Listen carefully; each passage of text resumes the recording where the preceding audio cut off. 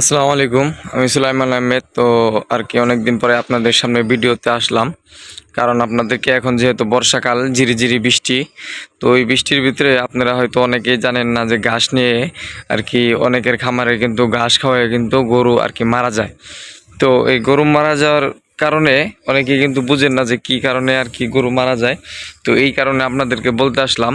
আপনারা অনেকে জানেন যে এখন বর্ষাকাল, অনেক ঘাসের ভিতরে আর কি বেশিরভাগ পানি জমে থাকে। তো এই বৃষ্টির সাথে সাথে এই ঘাসে কিন্তু এক ধরনের একটা অ্যাসিড আর কি জন্ম নেয়, যে অ্যাসিড পড়ে আর কি।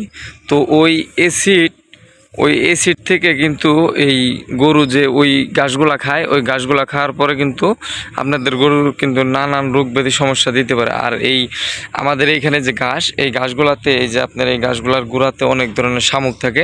তো এই শামুকগুলা খাওয়ার পরেও কিন্তু আর কি গরুর নানান ধরনের সমস্যা হয় আর কি। তো আমরা যে ঘাসগুলা খাওয়াই, এগুলা কিন্তু আমরা একদিন আগে কাইটা রাখি, কারণ এই একদিন আগে এই ঘাসগুলা যদি আমরা কাইটা রাখি, তাহলে কিন্তু এই ঘাসগুলার ভিতরে যে পানিটা থাকে বা অ্যাসিডটা থাকে, এটা কিন্তু শুকিয়ে যায়। আপনারা দেখেন এইখানে এই যে আমার যে ঘাসগুলা লাগানো আছে, এগুলো কিন্তু সব ঘাস কিন্তু জার্মান ঘাস। আর এই যে এই ঘাসগুলা নেপিয়ার ঘাস। তো নেপিয়ার ঘাসগুলা আপনার খাওয়াইলেও সমস্যা হইতে পারে, বা এই যে জার্মান ঘাসগুলা যেহেতু এটা পানির ভিতরেই হয়, তো পানির ভিতরে হইলেও এইটা খাওয়াইলে কিন্তু আর কি সমস্যা হইতে পারে। তো এই কারণে আপনারা যারা আর কি এই বর্ষার সিজনে যারা আর কি গরুর ঘাস খাওয়ান, তো তাদেরকে আমি বলবো যে আপনারা যারা এই ঘাস খাওয়ান, এরা কিন্তু আপনারা একদিন আগে ঘাসগুলা যদি কাইটা রাখেন, তাহলে কিন্তু আপনার গরুর জন্য কিন্তু এই ঘাসগুলা আর কি অনেক নিরাপদ।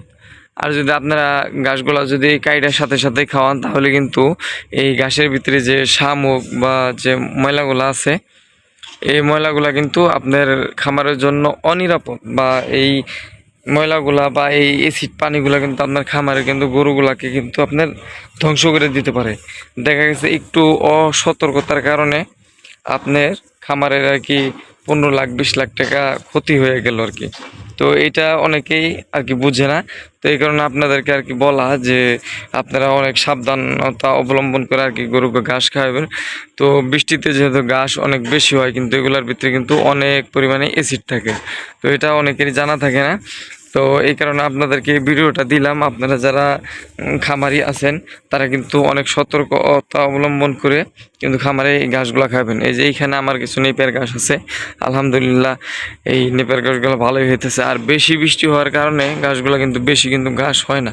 কিছুদিন আগে এই যে এইখানে আমাদের ঘাসগুলো কাইটে নিয়ে গেছি, এই যে এইখানে কিন্তু এখন ঘাস ওইরকম নাই। তো এইখানে কিছু নেপিয়ার ঘাস আছে আর কি। তো আপনাদেরকে সকলকেই ধন্যবাদ। আপনারা যারা এই ঘাস খাওয়ান গরুকে প্রচুর পরিমাণে, আমি আমার খামারে মূলত প্রচুর পরিমাণে ঘাস খাওয়াই।